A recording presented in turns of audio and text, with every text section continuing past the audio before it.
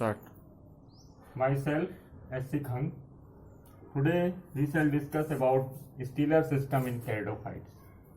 तो आज हम बात करेंगे कि pteridophytes में जो स्टीलर सिस्टम होता है उसमें कौन कौन सी इंपॉर्टेंट पॉइंट्स आपको जानना जरूरी है। सबसे पहले तो ये जान लीजिए कि जो अपने pteridophytes हैं ये फर्स्ट वेस्कुलर प्लांट्स हैं। मतलब वेस्कुलर सिस्टम जो होता है जाइलम और फ्लोएम, ये सबसे पहले जो शुरुआत हुई इसकी वो pteridophytes में हुई, इसलिए इसको वेस्कुलर क्रिप्टोगेम्स के नाम से जाना जाता है। क्रिप्टोगेम्स के नाम से आप लोग जानते होंगे जितने भी प्लांट्स हैं दुनिया में उनको दो ग्रुप में बांटा गया है, क्रिप्टोगेम्स और फेनोगेम्स। क्रिप्टोगेम्स का मतलब होता है, क्रिप्टो माने हिडन और गेमस माने मैरिज। यहाँ पर मैरिज जो है हिडन होगी, मतलब फ्लावर्स आर नॉट फाउंड, फूल नहीं पाए जाएंगे। जबकि फेनोगेम्स में जो फेनरो का मतलब होता है विजिबल और गेम्स का मतलब मैरिज, मतलब वहाँ पर आपको फ्लावर के रूप में रिप्रोडक्टिव पार्ट दिखाई देते हैं। हालांकि रिप्रोडक्शन दोनों में होगा, लेकिन क्रिप्टोगेम्स में जो मैरिज है वो हिडन रहेगी। तो सबसे पहले बात करते हैं कि वेस्कुलर सिस्टम सभी प्लांट्स में नहीं पाया जाता। हायर प्लांट्स में मतलब डाइकार्ड्स और मोनोकार्ड्स में बहुत वेल डेवलप्ड है, और इसकी शुरुआत हमारे क्रिप्टोगेम्स में टेरिडोफाइट से हुई है। तो सबसे पहले स्टील का मतलब आप समझिए ग्रीक वर्ड से लिया गया है, इसका मतलब है पिलर। और स्टील जो होता है it is a central vascular cylinder with or without, मतलब या तो पिच रहेगा उसमें या बिना पिच के रहेगा। And it is delimited cortex by endodermis, मतलब ये जो पूरी स्टील है वो जाइलम और फ्लोएम की बनी रहेगी, और उसका एक पार्ट उसके सब बाहर में पेरिसाइकिल है। तो pericycle is also a part of stele, but still के बाहर जो कार्टेक्स होता है वो उन दोनों के बीच एक लिमिटिंग लेयर होगी, दैट इज कॉल्ड एंडोडर्मिस। तो मतलब एंडोडर्मिस को आप स्टील में इंक्लूड नहीं करेंगे। तो जाइलम, फ्लोएम और पेरिसाइकिल, इन तीनों को मिला के ये देखिए स्टील बनता है, जाइलम, फ्लोएम, पेरिसाइकिल। एंडोडर्मिस जो है वो लिमिटिंग लेयर है, जो जिसके द्वारा कार्टेक्स अलग हो रहा है। सबसे बाहर एपिडर्मिस है। तो सबसे मोस्ट प्रिमिटिव टाइप की जो स्टील है वो कहलाती है हैप्लो स्टील, जो सेलेजिनेला और राइनिया फॉसिल्स में देखी गई। राइनिया फॉसिल सुना होगा आप लोगों ने, पढ़ना भी है कोर्स में फर्स्ट ईयर में। इसमें सेंट्रल पोर्शन जो है that is occupied by xylem, और जाइलम यहाँ सॉलिड होगा, और it is surrounded bye phloem, और इसके बाहर पेरिसाइकिल की लेयर दिखाई दे रही है। तो इस प्रकार से most primitive and most simplest type का, सबसे साधारण और सबसे प्राचीनतम प्रकार का जो स्टील है वो है हैप्लो स्टील, है प्रोटो स्टील का ही प्रकार। अब इसके बाद ये जान लीजिए कि स्टील जो है that is fundamental unit in vascular system. जितने भी वेस्कुलर प्लांट्स है उनमें वेस्कुलर सिस्टम का फंडामेंटल यूनिट है ये स्टील। और ये स्टील को आप देखिए जो विकास हो रहा है स्टील में, सबसे मोस्ट इंपॉर्टेंट जो था हमने देखा शुरुआत यहाँ से हुई थी हैप्लो स्टील से। अब इसके बाद यदि स्टील में जाइलम इस प्रकार से स्टार शेप्ड हो जाता है, देखिए ये स्टार शेप्ड हो गया है, रेडिएटिंग रिब्स बन रही हैं, 4 बन रही हैं, 4 से ज्यादा ही बन सकती हैं, और यहाँ पर जो कॉर्नर है यहाँ पर फ्लोएम रहेगा। तो इस प्रकार की जो स्टील रहेगी that is called actinostele, और you can say star shaped xylem जहां दिखाई देगा उसको हम एक्टिनो स्टील कहेंगे। ये पाया जाता है साइलोटम और लाइकोपोडियम की स्पीसीज में। अब मैं यहाँ स्पीसीज का नाम इसलिए नहीं लिख रहा हूँ कि आप लोग बुक भी जरूर पढ़िए। बिना बुक के केवल टीचर के द्वारा दिए गए ज्ञान से आपको पूर्ण रूप से ज्ञान नहीं प्राप्त होगा, इसलिए बुक्स का अध्ययन बहुत ही जरूरी है। और इसलिए मैंने छोड़ दिया जानबूझकर कि लाइकोपोडियम की किस स्पीसीज में actinostele, plectostele, mix protostele, उसको अपने बुक से देख के लिखिए। अब देखिए थोड़ा एडवांस हो गई, इससे एडवांस ये है। अब इससे एडवांस अब क्या है, जाइलम यहाँ पर प्लेट लाइक हो गया है, मतलब जाइलम का डिवीजन हो चुका है। It is divided into several plates, बहुत सारे प्लेट्स में ये डिवाइड हो गया, और ये प्लेट्स एक दूसरे के पैरेलल दिखाई दे रहे हैं, दिख रहे होंगे।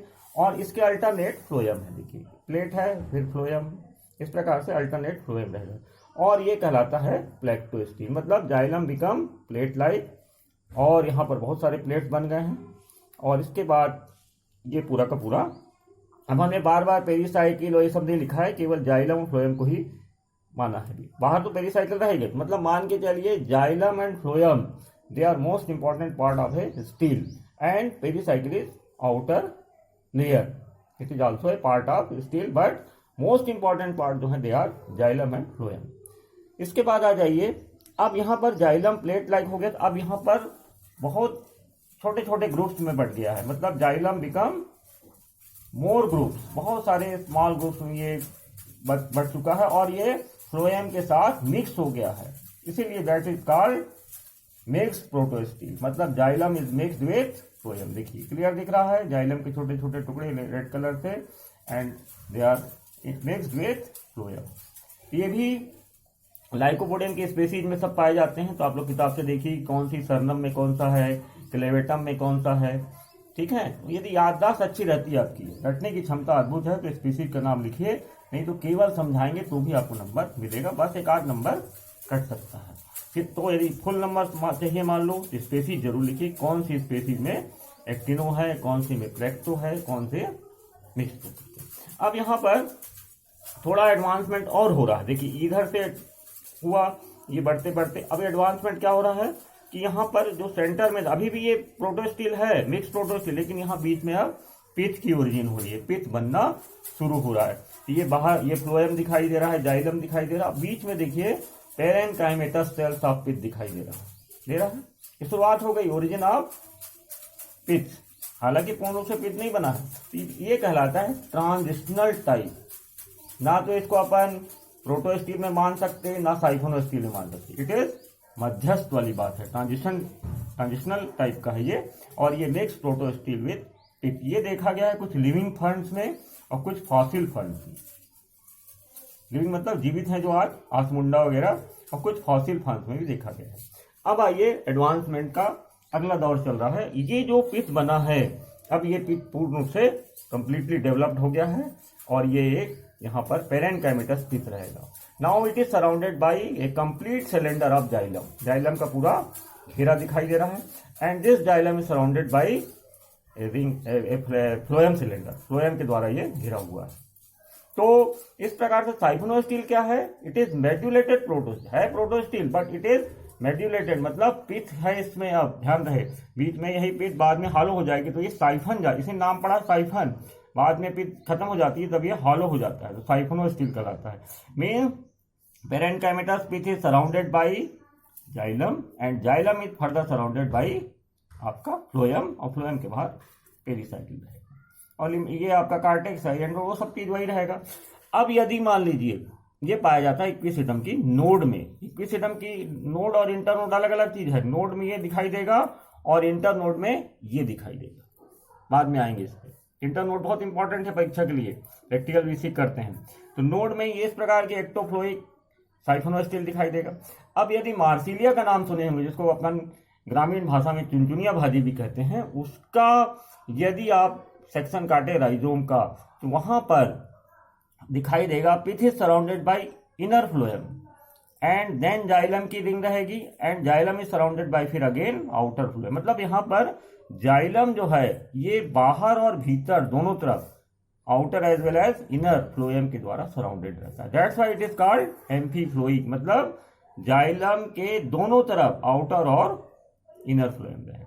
किताबों में आप और बारीकी से देखेंगे तो अंदर एंडोडर्मिस और पेरिसाइकिल भी दिखाई देगी, बाहर पेरिसाइकिल और एंडोडर्मिस दिखाई देगी, तो वो क्लियर है। वो हमने केवल अभी स्टील के बारे में बताया है, तो यहाँ पर आपको जरूर याद रखना है कि यहाँ पर जो एम्फीफ्लोइक का मतलब ही है जाइलम का जो सिलेंडर है वो बाहर भी फ्लोएम के द्वारा, आउटर फ्लोएम के द्वारा, और अंदर भी आपका इनर फ्लोएम के द्वारा घिरा रहेगा, और सेंटर पोर्शन जो रहेगा it is occupied by pitch. तो ये साइफोनोस्टील में एक्टोफ्लोइक हो गया, जहाँ केवल बाहर फ्लोएम था, एम्फीफ्लोइक मतलब अंदर भी फ्लोएम है बाहर भी फ्लोएम। ये मार्सिलिया का राइजोम का सेक्शन काटोगे तो ये बनेगा। अब यदि मान लीजिए अपन आगे बढ़े डेवलपमेंट के हिसाब से, इवोल्यूशन के हिसाब से, तो यदि इसमें लीफ गैप बनना शुरू हो जाता है, मान लो देखिए लीफ निकलती है, तो लीफ जब निकलती है नोड से ही निकलेगी, ध्यान रहे, और जब लीफ निकलेगी तो वहां से वेस्कुलर बंडल जो है वो सिस्टम जो है सिलेंडर वहां से ब्रेक डाउन हो जाएगा, टूट जाएगा, और चूंकि वेस्कुलर सप्लाई वहां जाना है कहाँ, पत्ती में, वहाँ पर भी जाइलम फ्लोएम पहुँचेगा ताकि जल वगैरह भोजन वगैरह सब आना जाना उनका ट्रांसपोर्टेशन चलता रहे। तो ये लीफ ट्रेस बन जाएगी और ये लीफ गैप बन जाएगी। तो जब साइफोनोइड स्टील में आपका लीफ गैप और लीफ ट्रेस सिंगल रहेगा, नो ओवरलैपिंग, तब इसको बोलेंगे अपन सोलेनोइड स्टील। तो ये भी साइफोनोइड स्टील ही है but having a leaf gap and leaf trace. उसी प्रकार से एक्टोफ्लोइक में है तो एम्पीफ्लोइक में भी यहाँ पर देखिए लीफ ट्रेस दिखाई दे रहा है, लीफ गैप दिखाई दे रहा है। ठीक है। अब यदि मान लीजिए फर्दर इवोल्यूशन में होगा ये कि अब यहाँ पर जो लीफ गैप्स की संख्या है वो बढ़ती जाएगी, ओवरलैपिंग लीफ गैप्स हो जाएंगे। देखिए यहाँ पर ये जो पूरा सिलेंडर था जाइलम और फ्लोएम का, यहाँ पर ये छोटे छोटे स्टील्स में टूट चुका है। It is now called meristele. और ये भी प्रोटोस्टील टाइप का ही है, लेकिन प्रोटोस्टील अपन नहीं कह सकते क्योंकि अंदर पिथ है और साइफोनो स्टील के स्थिति में है ये। तो साइफोनो स्टील ही यहाँ पर ब्रेक डाउन होके बहुत सारे छोटे छोटे मेरिस्टील बना लिया और यहाँ पर ये लीफ गैप दिखाई दे रही है इस प्रकार से और लीफ ट्रेस दिखाई दे रहा है। इस प्रकार से डिक्टियो स्टील को देखोगे यदि मान लो तो फर्न सुना होगा टेरिस, उसके राइजोम यदि ध्यान से देखोगे तो राइजोम में बहुत सारी पत्तियां निकलती हैं, डेंसली अरेंज रहती हैं पत्तियां, लीव्स जो है, तो वहां पर ओवरलैपिंग होती है। इसके चलते इसको अपन देखेंगे कि मैश लाइक दिख रहा है, नेट मतलब एक प्रकार से जाल जैसा, डिक्टियो का मतलब जाल रम भी कहा गया है, जाल जैसा यहाँ पर स्टील का चैनल दिखाई देगा। तो ये मैश वर्क लाइक है। ये डिक्टियो स्टील जो है ये इस प्रकार से मैश लाइक दिखाई दे रहा है और इसमें बहुत सारे लीफ गैप्स दिखाई दे रहे हैं, लीफ ट्रेस दिखाई दे रहे हैं। ओवरलैपिंग मतलब सोलेनोइड स्टील में only one leaf gap and one leaf trace था, यहाँ पर ओवरलैपिंग लीफ गैप दिखाई देगी। ये पाया जाता है आपका टेरिस के राइजोम में और ऑफियोग्लासम में। अब इसके बाद टेरिडोफाइटा की बात करें तो सबसे एडवांस टाइप का जो स्टील रहेगा वो पॉलीसाइक्लिक स्टील रहेगा। मतलब यहाँ पर स्टील की जो रिंग है 2 रिंग या 3 रिंग होगी। यदि टेरिडियम प्लांट को देखें तो 2 रिंग दिखाई देगी। देखिए यहाँ पर एक अंदर रिंग है और एक बाहर रिंग है, outer ring of meristele and inner ring of meristele, और बीच में दिखाई दे रहा है ब्लैक कलर का स्क्लेरेनकाइमेटस ऑफ ग्राउंड टिश्यू। यदि 3 रिंग की बात करें, मेटोनिया पैक्टिनाटा होता है एक प्लांट, उसके यदि सेक्शन काटेंगे तो 3 रिंग में वेस्कुलर स्टील की रिंग दिखाई देगी, ध्यान दें। तो इस प्रकार से ये चीजें हो रही हैं। अब ध्यान देंगे कि अपन साइफोनो स्टील की बात करेंगे, साइफोनो स्टील एकदम से बन कैसे गया, कैसे पिथ आ गया। ठीक है, तो इसमें होता यह है कि जेफरी के अनुसार, ये जो जेफरी साहब थे इन्होंने बताया कि जो पेरेनकाइमेटस पिथ है इसका ओरिजिनेशन हुआ है कार्टेक्स से। मतलब कार्टेक्स जो रीजन है यहाँ से पिथ यहाँ बना है, मतलब पेरेनकाइमेटस टिश्यू यहाँ पहुंचे और उन्होंने यहाँ पिथ का निर्माण किया, ऐसा जेफरी जी का कहना है। लेकिन अपने बोडल और ग्वाइनी वैगन ने क्या कहा कि यहाँ पर ट्रांसफॉर्मेशन हुआ है वेस्कुलर टिश्यू का। यहाँ जो वेस्कुलर टिश्यू था पहले उसका ट्रांसफॉर्मेशन हुआ इनटू पेरेनकाइमा। तो मतलब इनका कहना है कि इंट्रा ओरिजिन है और इनका कहना है एक्स्ट्रा ओरिजिन।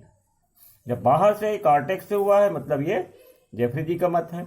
जब अंदर ही आपका पेरेनकाइमेटस जो टिश्यू का बनना है किससे, वेस्कुलर टिश्यू ही ट्रांसफॉर्म हो गए हैं, बदल गए हैं, तो उसको इस प्रकार से इसको एक को बोले दोनों प्रकार की ये बताया गया है। अब यहाँ पर साइफोनो स्टील को भी 2 भागों में 2 प्रकार का बताया जाता है, क्लेडोसाइफोनिक और फिल्लोसाइफोनिक। यदि लीफ गैप नहीं है तो क्लेडोसाइफोनिक हो जाएगा, और यदि लीफ गैप और आपका ब्रांच गैप दोनों हैं तो इसको बोलेंगे अपन साइफोनो स्टील।